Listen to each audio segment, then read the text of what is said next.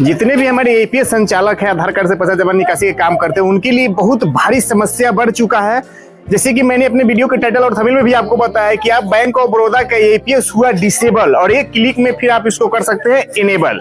कैसे कर सकते हो दोस्तों, इसके लिए आपको इस वीडियो को एंड तक देखना होगा। वीडियो को एंड तक देखिएगा, स्किप करके देखिएगा तो आपको फिर भी कुछ समझ में नहीं आएगा। और फिर हमारे वीडियो पे जाके कमेंट करिएगा, फिर हमारे वीडियो पे आप कमेंट करिएगा। पहले वीडियो को आप पूरा वॉच कीजिए कि इजीली मैं आपको क्या बता रहा हूँ, आप क्या समझने की कोशिश कर रहे हैं। अगर पूरा वीडियो को देखते हो तभी आपको सही जानकारी मिलता है।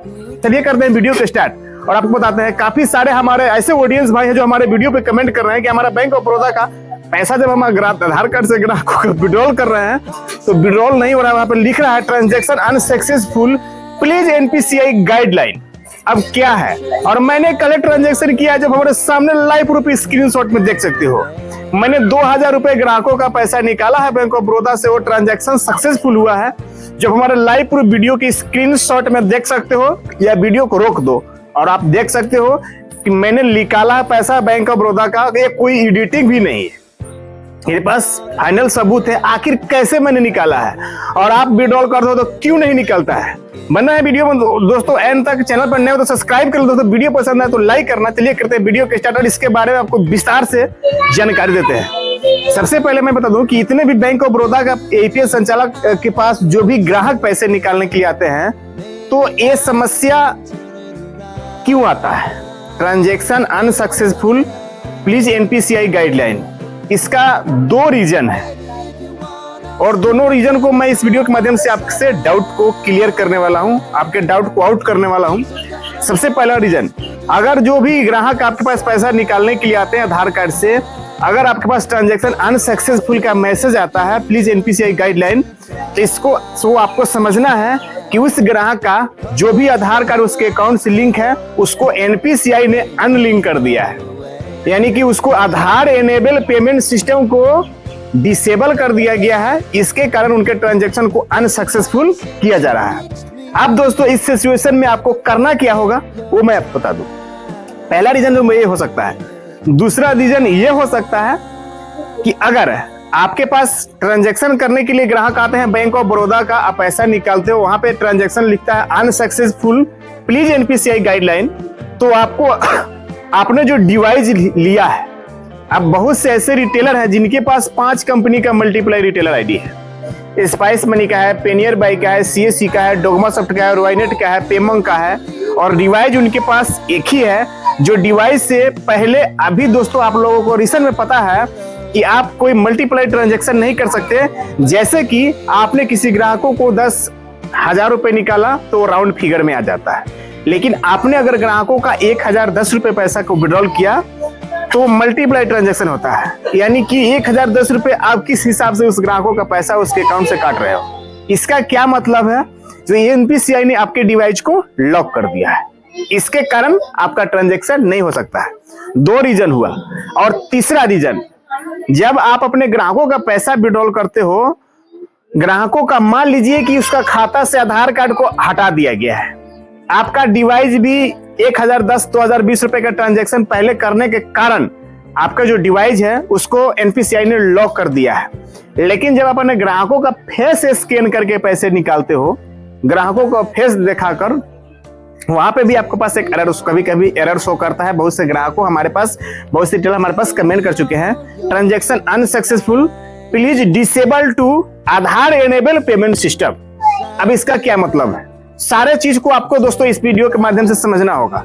अगर आप नहीं समझते हो तो आपके पास कोई भी कस्टमर पैसा निकालने के लिए आते हैं, नहीं निकाल पाओगे, और हमारे वीडियो पे आप कमेंट करोगे, सिर्फ यही कर सकते हो। इस सिचुएशन में दोस्तों अगर आपको ग्राहकों का फेस स्कैन करके आप पैसा निकालते हो, वहां पर आपको जो मैसेज शो करता है transaction unsuccessful, Aadhaar enable payment system disable, APS disable, जैसे हमारे सामने स्क्रीनशॉट में देख सकते हो। तो इसी सिचुएशन में होता क्या है दोस्तों, ग्राहक ने अपना अकाउंट ओपन करा लिया, इस समस्या का समाधान है, ग्राहक अपना अकाउंट ओपन करा लिया, वो बार बार एपीएस संचालक, आधार एनेबल पेमेंट सिस्टम संचालक के पास जाके पैसे को विड्रॉल कर रहा है। तो बैंक समझता है कि भाई बैंक ब्रांच पे वो विजिट क्यों नहीं करता, इसलिए उसके आधार एनेबल पेमेंट सिस्टम को एनपीसीआई के गाइडलाइन के हिसाब से डिसेबल कर दिया जाता है। जब उसका आधार कार्ड उसके अकाउंट से डिसेबल हो जाएगा तो वो ग्राहक खुद पे बैंक में चला जाएगा। तो इस तरीके का दोस्तों आपके पास अगर समस्या आता है तो अपने ग्राहकों से बोले कि भाई आपके जो आधार कार्ड है आपके बैंक के अकाउंट से अनलिंक हो गया है, डिसेबल हो गया है एपीएस। आप अपने बैंक में जाइए, एक फॉर्म आता है आधार एनेबल पेमेंट सिस्टम का, उस फॉर्म को फिलअप करना होगा। आपको अपना आधार कार्ड, आपको अपना पैन कार्ड, आपको अपना बैंक पासबुक और आपको अपना फोटो वहां पे फॉर्म को फिलअप करके जमा कराना होगा, और जमा करके आप आधार एनेबल पेमेंट सिस्टम को फिर से बैंक द्वारा इनेबल करा सकते हैं।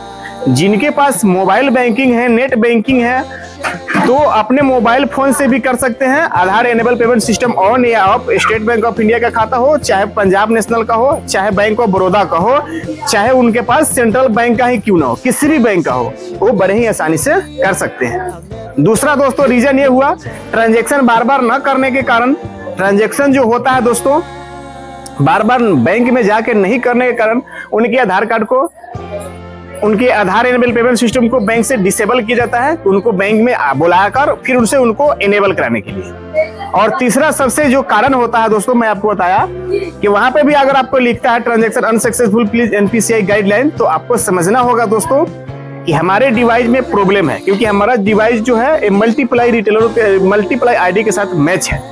और उस डिवाइस से पहले अभी तो 1010 रुपए का आप ट्रांजेक्शन नहीं कर सकते, लेकिन पहले के जो पहले था कि आप 1010, 2020, 3030, 4040 में बहुत तरीके का ट्रांजैक्शन किया जाता था। ये एनपीसीआई के गाइडलाइन के दोस्तों खिलाफ है, और खिलाफ न रहता तो आज सारे एपीएस कंपनियां इस ट्रांजैक्शन को क्यों बंद कर दिया, क्योंकि राउंड फिगर में कोई ट्रांजैक्शन ही नहीं था।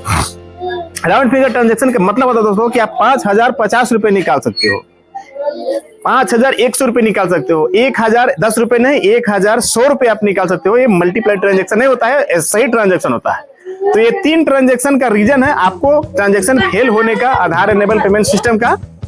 तो यही जो डाउट था दोस्तों मैंने आपको इस वीडियो के माध्यम से क्लियर करने की कोशिश किया है। तो आप लोग कमेंट तो करते हो सही है, लेकिन इस वीडियो को फुली वॉच करने के बाद आपको समझ में आ गया होगा कि अगर हमारे पास आधार एनेबल पेमेंट सिस्टम का सर्विस है, हमारे पास बैंक ऑफ बड़ौदा का ग्राहक पैसा निकालने के लिए आते हैं, लेकिन उनका ट्रांजैक्शन क्यों फेल हो जाता है। ये 3 रीजन है, और इस तीनों रीजन को सुधार लोगे, क्योंकि मैं कल भी एक बैंक ऑफ बड़ौदा का पैसा विड्रॉल किया हूँ 5000 रुपए, आज भी मैं एक ग्राहकों का पैसा विड्रॉल किया हूँ बैंक ऑफ बड़ौदा का 2000 रुपए। तो ये सब दोस्तों रीजन होता है, इस रीजन को आपको समझना होगा, और जिस तरीके का जो मैंने आपको गाइडलाइन बताया उस गाइडलाइन को आपको फॉलो करना होगा। फॉलो करके अपने ग्राहकों को सूचना देना होगा, या तो आपको डिवाइस में प्रॉब्लम हो सकता है, या उनका खाता से आधार कार्ड को हटाया गया होगा, या तो उनके आधार कार्ड का सिस्टम जो होता है आधार पेमेंट को बैंक द्वारा बंद किया गया हो। ये सब जो कारण है मैंने आपको इस वीडियो के माध्यम से बताने की कोशिश किया है। हम उम्मीद है दोस्तों कि ये वीडियो आपको काफी पसंद आया होगा। तो वीडियो को लाइक करें, चैनल को सब्सक्राइब करें, कोई भी सवाल है कमेंट करें। मिलते हैं किसी नए वीडियो के साथ में दोस्तों, तब तक के लिए आप लोग अपना ख्याल रखें दोस्तों,